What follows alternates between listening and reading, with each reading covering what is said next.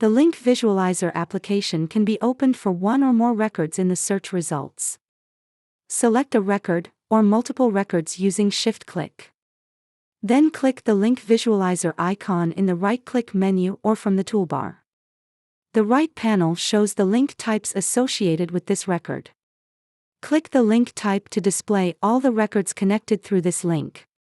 You can continue to visualize the links within these records as well. You can highlight multiple records using the toolbar, or by holding Shift and dragging the cursor. With multiple records selected, you can visualize all their linked records. You can open a datasheet from the right-click menu or the toolbar. To adjust the display, drag and drop the arrows or the records into the desired location, and zoom in and out with the mouse wheel. This can be reset. If preferred, change the view from hierarchical, where records are displayed from left to right, to organic, where records are spaced out around your starting records.